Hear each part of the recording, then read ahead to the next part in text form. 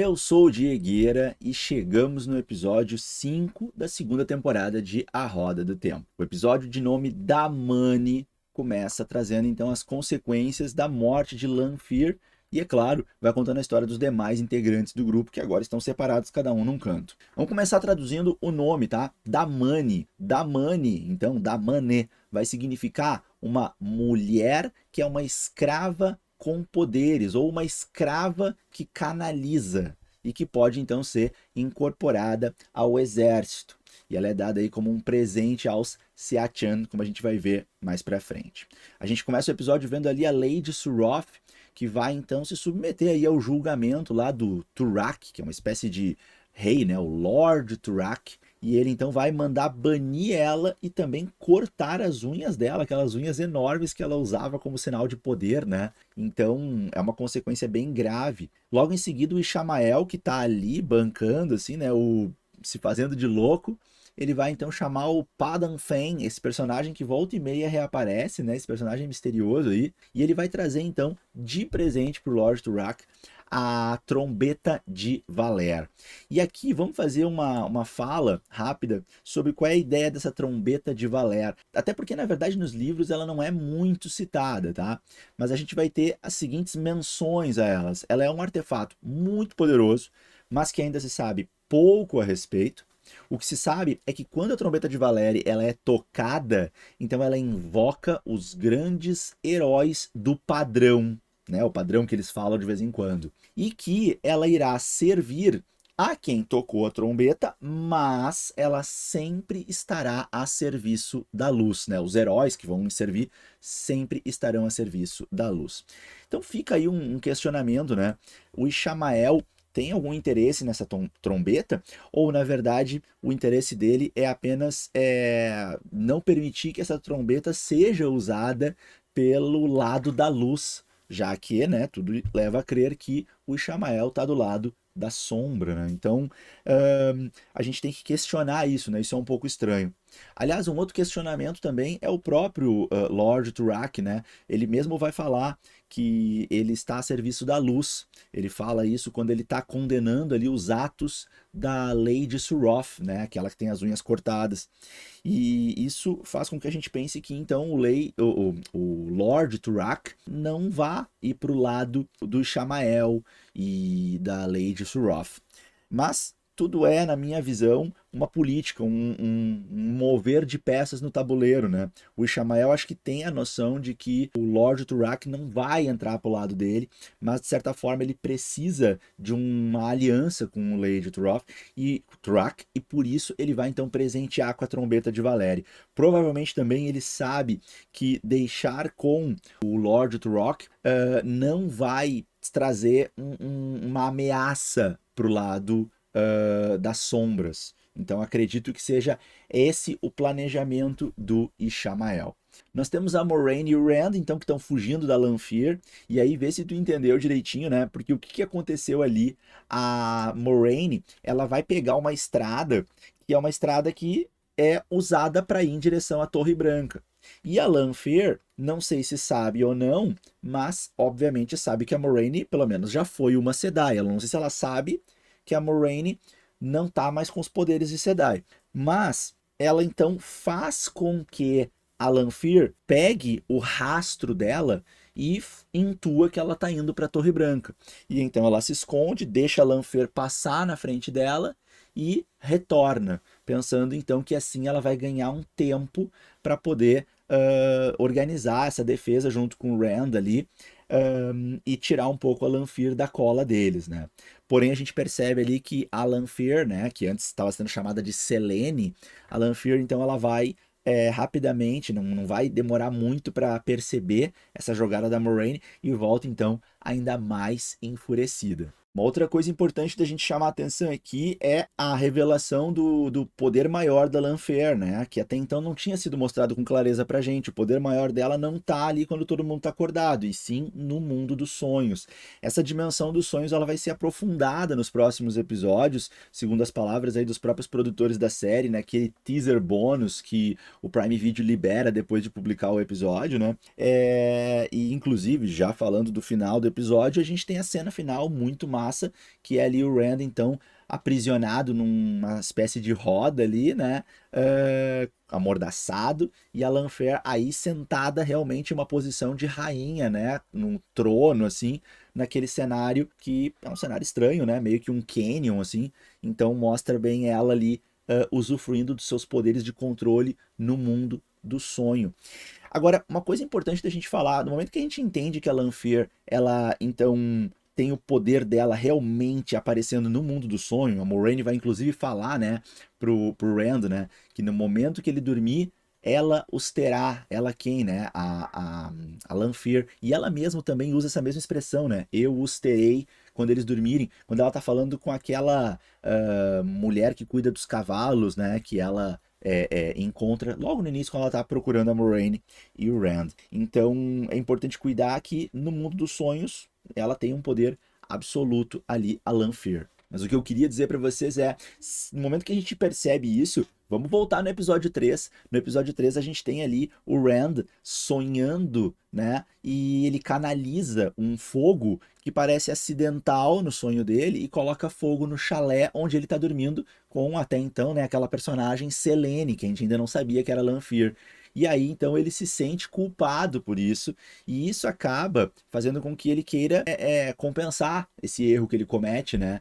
E ela vai lá e perdoa ele, não, acontece, tudo bem. Bom, nesse momento, a gente já pode, então, agora perceber que, na verdade, ela estava com ele sob controle durante os sonhos. Por isso que ela dormia sempre com ele, né? Então, ela estava ali o tempo todo mantendo ele sob controle, tendo total controle sobre o que ele pensava e até colocando pensamentos na cabeça dele nos sonhos. E essa canalização acidental não tem nada de acidental. Ela precisava afastar o Rand ali daquela cidade para poder seguir com o seu planejamento ali, com as suas ideias. E então a gente se dá conta disso. Eu quero trazer isso para vocês.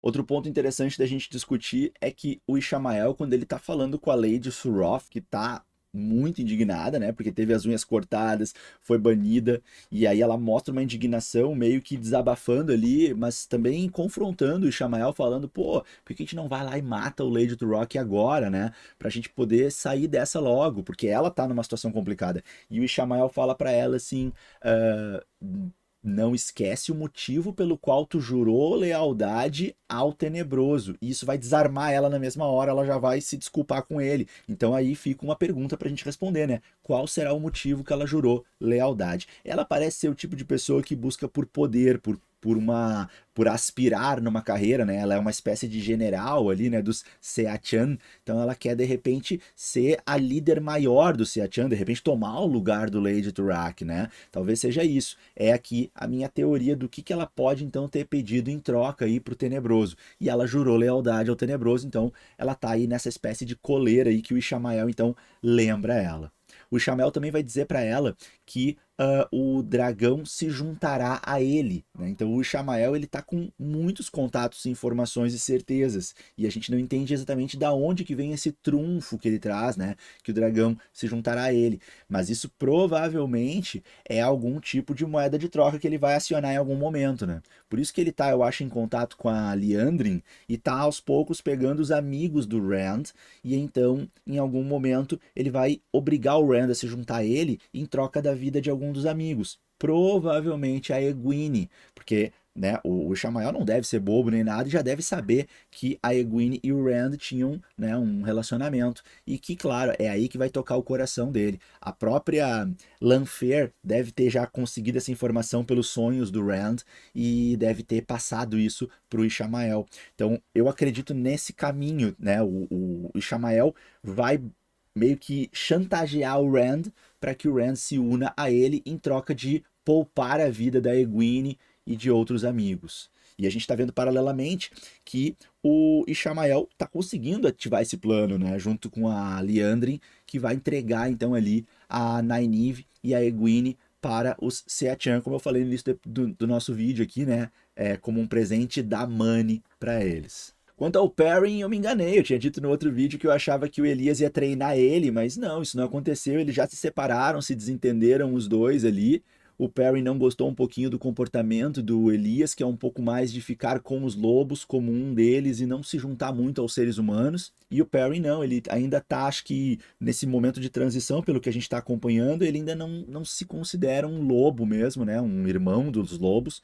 E, portanto, ele ainda sente assim essa necessidade de se encontrar e ajudar os amigos. Ele vai, então, em busca do pessoal que estava junto com ele, né? E aí ele vai encontrar, como ele viu na visão dele, o cadáver lá do Uno, né? Aquele general que acabou sendo morto daquela forma trágica no episódio 4. Mas ele também vai encontrar uma mulher que se chama Avienda, que é uma Aiel, ou Aiel. E ela vai ser bastante importante na continuidade dos episódios, segundo o teaser ali, segundo aquele bônus que o Prime Video libera pra gente depois do episódio. Então vamos ficar atento aí, né? Tudo que a gente vê é que ele, na verdade, tá num vilarejo tomado ali pelos mantos brancos que, né, tomaram aquela vila naquele momento. Interessante a gente observar que os mantos brancos expulsaram o Seachan. Isso para mim tá um pouco estranho, tá? Eu vou aqui levantar uma possibilidade com vocês.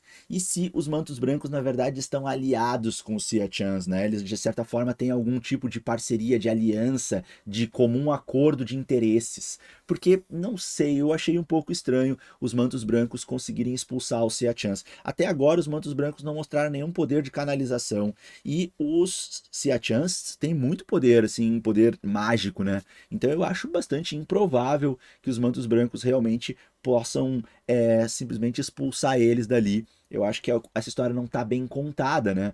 Mas enfim, foi o que o morador ali do vilarejo contou. A gente então é apresentado ao personagem Filho Bornald, que tem essa mesma nominação, né? Filho, assim como o filho Valda, e o filho Valda aparece mostrando que tá vivo, o que já era de certa forma previsível, não tinha mostrado claramente a morte dele, né? Nos outros episódios. Então, a gente tem esse personagem que é muito interessante, né? Que é um personagem muito bem construído, que é o Valda, retornando, e o Perrin, nesse momento lá no meio deles. Eles tentam fugir, ele e a Avienda, e são emboscados, né? E aí nós percebemos então que a Avienda é muito boa no combate corporal, né? Sem nenhuma magia, ela vai lá e derruba praticamente todo mundo. O Perry não ajuda quase nada, né? Ele mais fica olhando apavorado e dá uns 2 ou 3 socos ali, mas quem derrubou todo mundo foi ela, né? E ela fala um termo para luta corporal que é dançar, né? Vamos ver como você dança. E aí ela vai lá então e derrota todos eles e eles vão junto. E ela se coloca para ele como uma serva, né? Uma espécie de súdita dele. Ela diz que deve a vida a ele e que esse é o comportamento, né? É assim que eles enxergam que a vida deve ser o povo dos Aiel, que é de onde vem essa Avienda. Então nós temos uma nova dupla formada com essa nova personagem aí, né? E o Perry, então, aceita essa parceria dela, embora ele mostre uma certa contradição, assim, com ter ela como uma serva dele, não é isso que ele quer. E acabam os dois se dirigindo para a Falme, né? Então, atrás aí de pistas ou de mais informações sobre o pessoal. Mas se tu chegou até aqui, não custa nada deixar o teu like verso aqui nesse vídeo. Aproveita para te inscrever no nosso canal se tu ainda não é inscrito, inscrita. E aproveita também para ativar aqui o sininho, né? Para receber as notificações sempre que sair conteúdo novo aqui no canal. Em Tar Valon, ou na Torre Branca, nós temos a Verin, que é uma daquelas Sedais aposentadas, né? Que estava no primeiro episódio da temporada 2, naquela casa onde a Moiraine e o Lan estavam. Ela era uma daquelas mulheres que estavam na casa, dando abrigo, dando casa lá, né? Para Moiraine e pro Lan. Então a Verin, que ela já estava para lá de desconfiada do que estava acontecendo, que tinha algo muito estranho com a Moiraine e a Moiraine não estava falando, a Verin, então, ela passa numa biblioteca primeiro para pegar informações. Lá ela consegue, então, descobrir que existem 2 noviças sendo treinadas, né, na Torre Branca e que elas são muito poderosas. A gente está falando aqui da Nynaeve e da Egwene. E então ela se dirige para a Torre Branca, muito esperta, essa Verin, muito legal de acompanhar ela. Ela saca as coisas muito rápido, ela joga verde, ela já chega na situação com um domínio muito grande. E ela chega então na Torre Branca e ela vai confrontar a Sherian, aquela mulher que é uma espécie de líder, né, de burocrata lá dentro, né? E então ela vai confrontar ela perguntando aonde que estão as noviças e ela percebe então uma certa contradição ali, porque ela disse que não sabia onde elas estavam, mas depois ela abre o livro, vê onde elas estão e diz que sabia. E aí então ela vai tentando juntar as peças junto com uma outra ajudante que está ali, deixa eu ver se eu consigo lembrar o nome dela aqui, a Yasika, né? E ela vai então ajudar a Verin e elas vão juntas chegar ao seguinte raciocínio: trama da compulsão, que pelo que a gente pode ver é uma magia do lado das sombras, e essa magia então ela faz com que a pessoa haja conforme a pessoa que lançou a magia, né?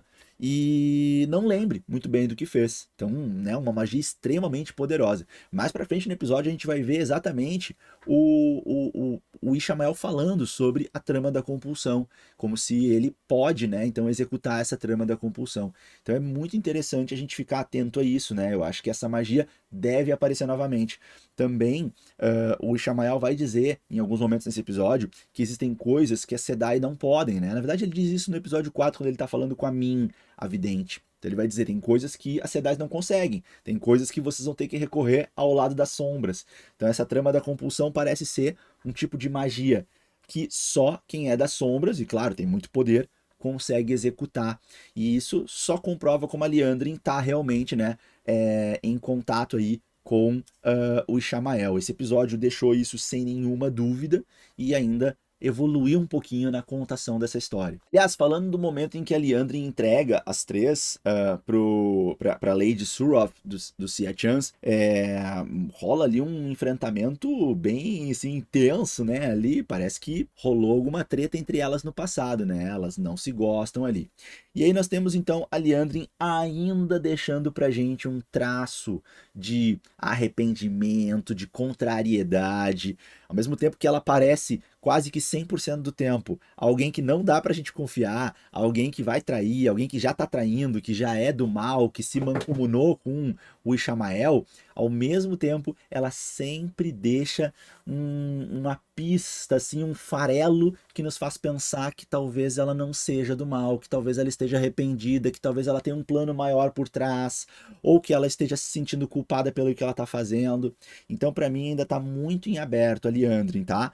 É óbvio que ela traiu a Sedai, é óbvio que ela traiu o juramento, é óbvio que ela fez um acordo, um pacto com o Ishamael e muito provavelmente é por conta do filho dela que tá morrendo. Mas ainda não vou bater o martelo e dizer que ela vai ficar até o final sendo do mal. Eu acho que ela vai se arrepender em algum momento, eu acho que ela vai voltar atrás, eu acho que ela ainda vai lutar ao lado da Sedai e digo mais, hein, isso aí tá com cara de sacrifício, tá com cara de que em alguma batalha ela vai se matar para defender as irmãs e as amigas dela, meio que numa espécie de redenção assim, para ver se assim ela pode se redimir dos pecados, né, dos erros dela, das traições. Então, guarda essas palavras aí que eu acho que isso deve acontecer. E é claro, né, quando ela tá saindo ali, ela sutilmente lança um poderzinho e libera a Nynaeve das amarras, ela sabe que a Nynaeve é a mais forte de todas. Nesse momento é legal ver que rola uma pequena batalha ali, né, a Egwene mostra um pouco mais de controle de seus poderes, a Elaine também usa um pouco dos seus poderes,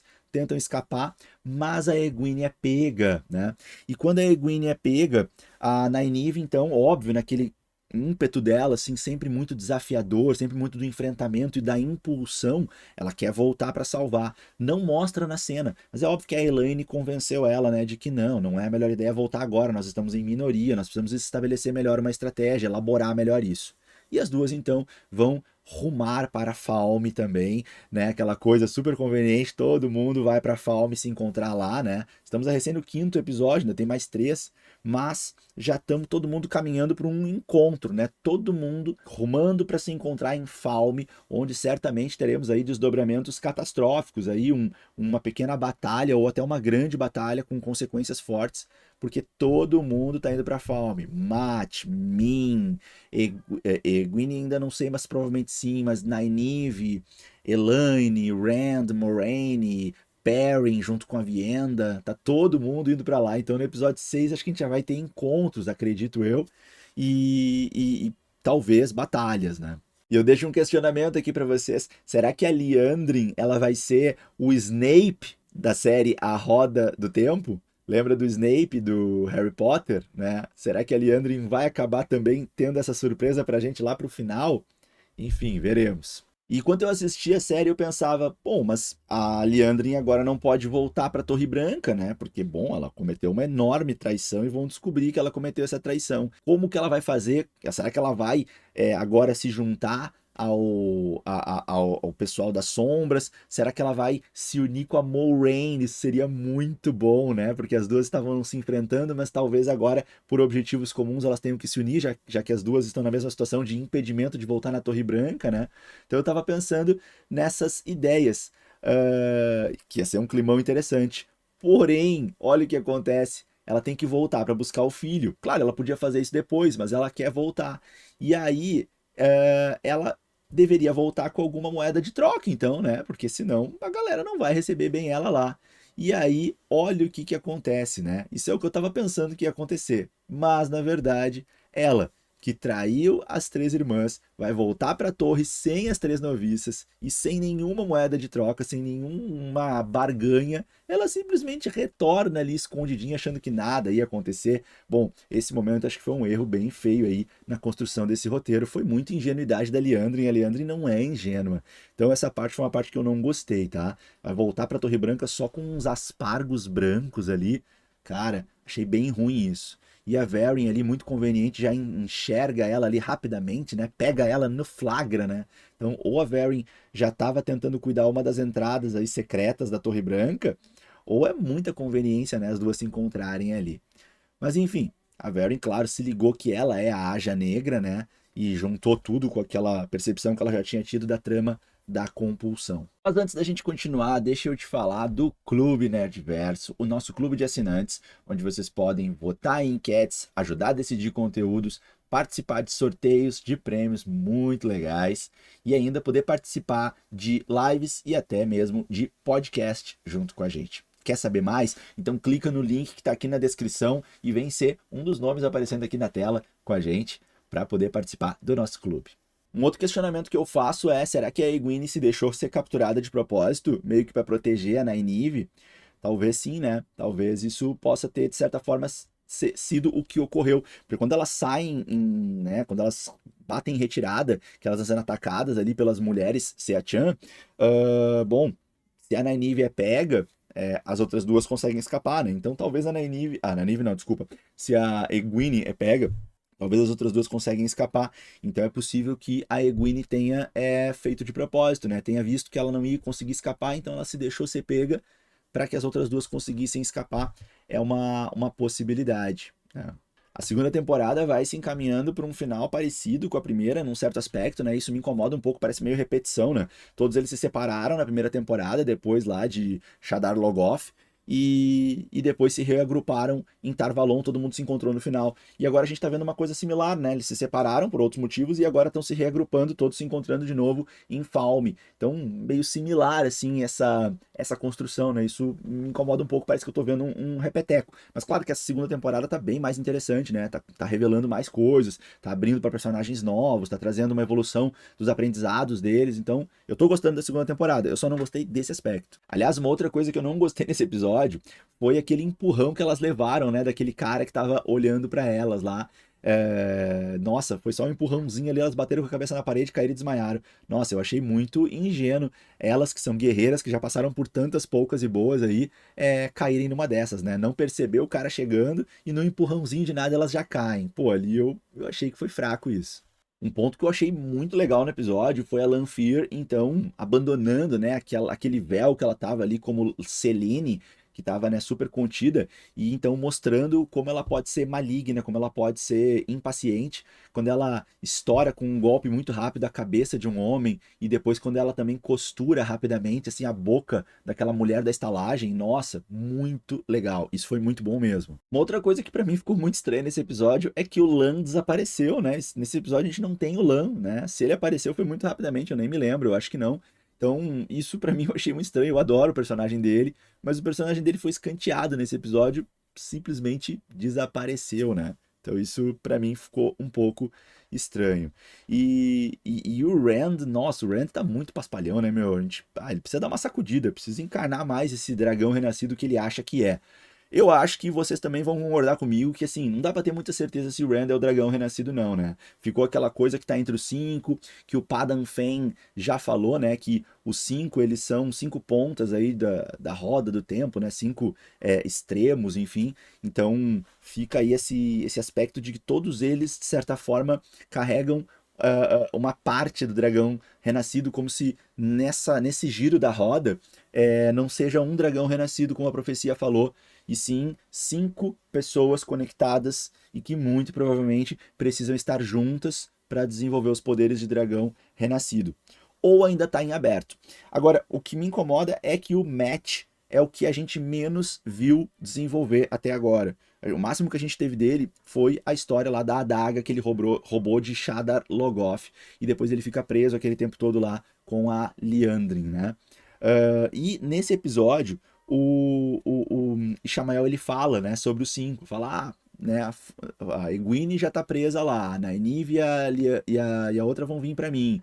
O Perrin também está se transformando em lobo, então ele tem tudo sob controle. E aí ele fala, né, que o Matt, ele fala assim, aquele lá já nasceu meu.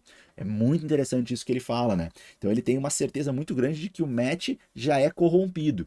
A gente fica, claro, inclinado a pensar isso, mas para mim ainda estava tudo em aberto.